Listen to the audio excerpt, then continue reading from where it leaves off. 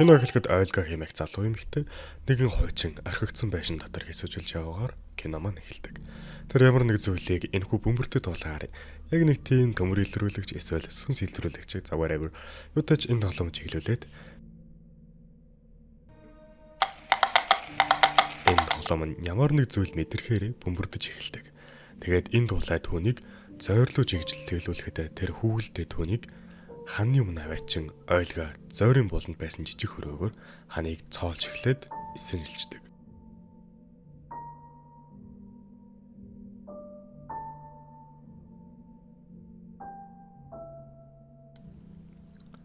Дараагийн хэсэгт Ольгагийн амгах байранд гарч хуучны найз Исаак дээрээ тусламжийг хүсэж ирсэн ч Исаак нэг ослын дараа ой сомжаан алдсан тул бариадыг таньдаггүй чи яриаг сонсдог. Бариад хэлэхдээ тэр дүүгийнхээ охиноо асруулах хүн хайж байгааг нь. Тэр охин нь Ольга бөгөөд түүний аав амиа хорлож ээж нь сурахгүй алсан байна. So 200 a day. I can't imagine you'll be there for more than 5 days. Тэд хүрх газараа ирэхэд нуур байх бөгөөд Исаак Ольгагийн байшин нуурын дунд байрлах жижиг арал дээр байдгийг олж мэднэ. Исаак сэлж чаддаггүйж бариад түүндээ заавал очих ёстой гэж шахснаар тэд завтайгаар арал руу гарна. Исаак мөнгөгүй учраас өдөрт $200 төлөх энэ ажлыг доромжхонж хүлээж авдаг. Арал түрхэд орчин маш зэлүүд түүний эснэр энэ арал дээр өөр байшин байхгүй. Баратын хийснээр Ольга хинч өөрийн өрөөнд орохыг зөвшөөрдөггүй. Ялангуяа шөнө. Өчигдөр тэр сэтгцэн үе тогтворгүй бөгөөд өөрийгөө дайралт төртөж магадгүй гэж. Мөн Ольгад үе кататоны буюу өчиж орохтой нэг төрлийн өвчтөй байж таардаг. Дараа нь байраад Исаакт Ольгагийн мөрөөрөө хүрдэггүйч байшингийн өөр бусад хэсэгт хүрэх гинж болон бүсийг Ольгаг хамгаалж байгаа гэмээгээд дургуйж байсан зүйлэхээр болдог. Байраад явсны дараа Исаак байшинг судалж эхэлдэг. Тэр гинжин зойроос ихтэйг битэж авна. Ариун цэврийн мөрөө орох гэж орлох үед гинжний урт нь хөрөлцөхгүй байв. Тэр цэцэрлэгт нохойг харж хөөцөнд бол сууж амрах зураа нохоод амтан өгж байтал гинт гэрэл унтарч түүний гинжийг хинэг нь татхад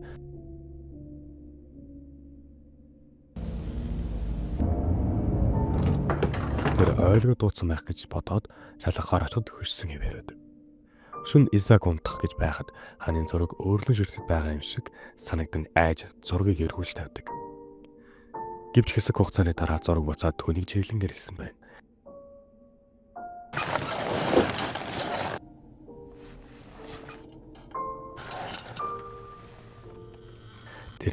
Тэр дахин эргүүлээд унтна. Одлогод зураг унах дугаар сэрээд зургийг авч харвал зурагт байсан эмэгтэйнүүд томорж төхөөдөр гэж шимнэхийг сонсно.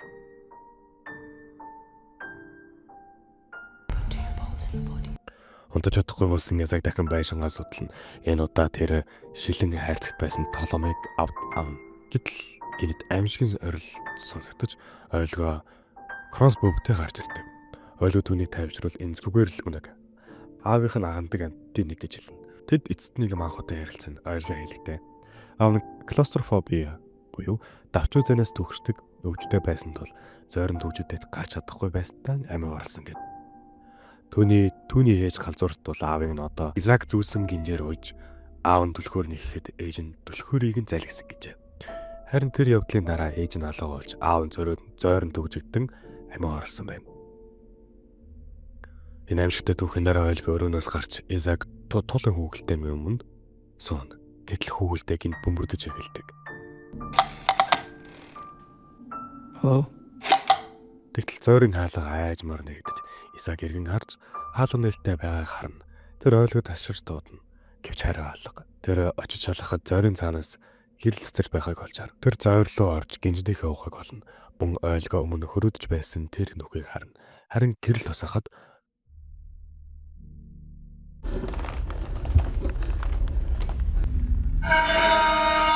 түүний өмнө Ольгагийн ээжийн цогцнуудын нэлттэй өгсөн байдаг. Хөөрний цээжинд Ольгагийн барьсан байсан кроссбовны сум байдаг ба тэр Ольгагийн гартаа кроссбов барьсан мэд борж явсныг санаад Ольгаг сэцэлж эхэлдэг. Тэгээд Ольгагийн өрөөнд очихад түүний кататоны байдалд байгааг олж харна. Гэвч утас зөвхөн Ольгагийн өрөөнд байдаг тэнд хүрэх гэтэл гинж хүрдэггүй. Исаак сэтгэж өөрөөнөөс хандах жижиг нүхээр гараа шургуулж утас руу хүрдэг. Тэр байр руу залгаж Ольгагийн ээжийн цогц олсон тухай Ольга түүнийг хөнөөсөн гэж бодож буугаа хэлнэ. Бараад хэлэхдээ би бүгд би шиднэ чи санаа зовлтгүй гэж. Айзен Исаак Ойлгаг өрөөнд нь түвчээр шийднэ. Удалгүй Ойлга ямар олон Ойлга вэ гэж яхад интеркомоор ярьж яагаад өөрийг нь түгцэн бэ гэж асууна. Исаак түүнд юу болсон мөн түүнийг сэжгэлж байгаагаа хэлдэг. Гэтэл Ойлга хэлэхдээ би биш. Ээжим нь миний аав хоёр хамтдаа алсан гэв. Сонирхолтой төрсэн Исаак Ойлгатай нүүр тулав. Ойлга хэлэхдээ ээжийнхээ цогцыг болоод авгаахтаа хийсэн чинь тэр өөрөө аавтай нийлж ээжийг нь алсан гэдгээ үнээр дэлдэг. Харин Ойлга цагдаад мэддэгтэйг учир нь тэр эцгийгээ эхнэрээ алсан алуурчин гэж нэрлүүлэхийг хүсээгүй. Бун байратын хэлснээр Ослын өмнө Исаак өмнө энэ байшинд ирж байсан гэдэг. Тэр Барат Исаакийг аавыг нь зойрон төгжиж хэлгээсэн байж ингэснээр аав нь амиа орлсон гэж. Исаак хүн цочирдож өөрийгөө ийм зүйл хийсэн гэж итгэхгүй байв. Үндэ аавыг нь өгөл өргөсөн хүн манай Исаак байж шүү дээ. Тэр цагдаад мэддэг гэхэд ойлгоо бололоо. Тэдэнтээ Барат руу залгаж үнэхээр Исаак өмнө энд явжсэн эсхийг асууна. Барат түүнийг үүнийг баталж үнэхээр Исаакийг илээж байсан гэдгийг хүлээн зөвшөөрдөг. Гэвч дараа нь Ойлгатай хан ганцаар уцаар явж Исаакийг битгий гаргаарай гэж хэлдэг. Исаак үүнд айж Ойлга дахин өрөөнд нь түвжиж гинжлээсээ мултрахыг оролцсон чаддаггүй. Дараа нь тэр ханны цар хонхор шахаад л Ойлгагийн өрөөнд түлхүүр байгааг харагдана. Түлхүүрийг авахар гараас омхот Ойлга түүний хурууг хугалдаг. Өвдөж өрөөсөн Исаак галтайгаан зүгтэж очиод халуун дээр нь ясаа буцааж тааруулна. Тэндээ тэр ээжийнхэн зургийг олж түүний хүзүүнд түлхүүр зүлттэй байгааг анзаарна. Тэр зойрлоо бууж түлхүүрийг байхад хайхад түлхүүр нь хүүрний хүзүүнд байхын тэр. Ойлго түлхүүрийг ээж нь зайлсан гэж бодлолсон байжээ.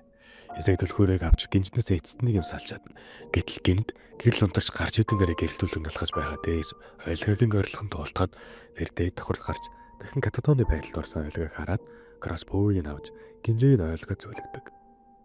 Дараа нь Ойлгагийн мөрөнд орж утасны шовнд тасарсныг олж мэднэ. Тэр тэндээс өөрийнх нь өмсөж байсан хөрмөө олсноор өмнө Бараттай хийсэн яриахаа сандаг.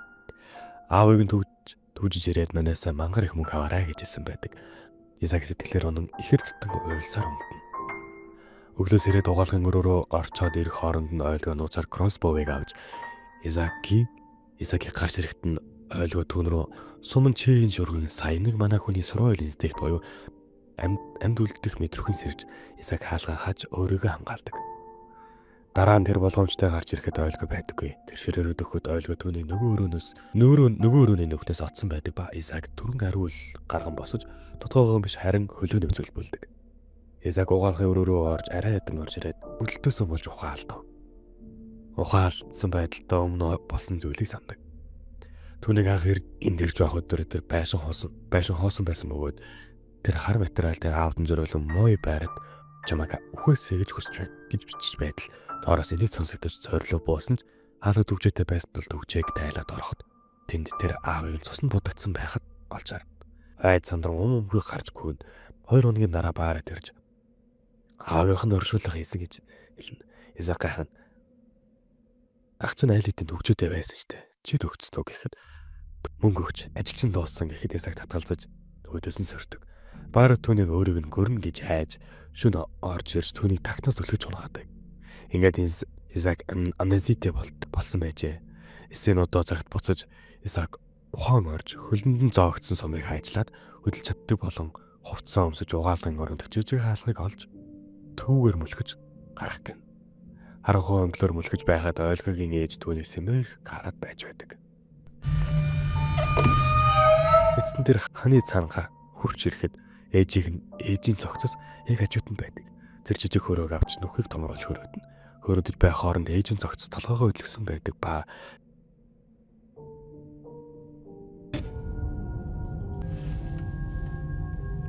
тэр айж ээжийн царайг малгайгаар таглана. Гэтэл дараагийн мөчөд цогц руу ороход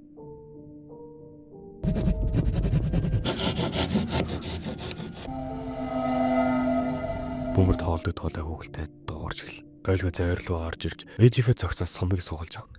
Яг тэр үед Барат ирнэ. Барат Ойлгыг зандарч үндэ тэр гэр бүлийг нь бүхлээрээ сүтгэсэн хүн байж. Сэжигтэй Барат таны нөхөр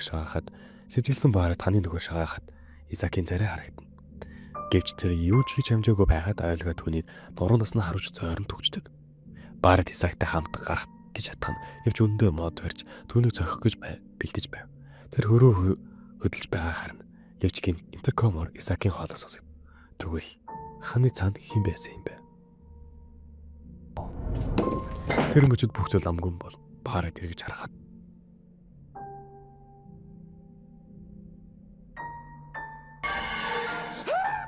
энэ хооронд Исааг яндангаар гарч тохоог суллаад аюулгүй гарч чадна. Кино төгсгöd оюулгүй гинжтэй хэвээр гадна гарч ирсэн Исаак руу харцгаасан. Хоёул бие биенээ шивтэж буугаар киномон төгсдөг.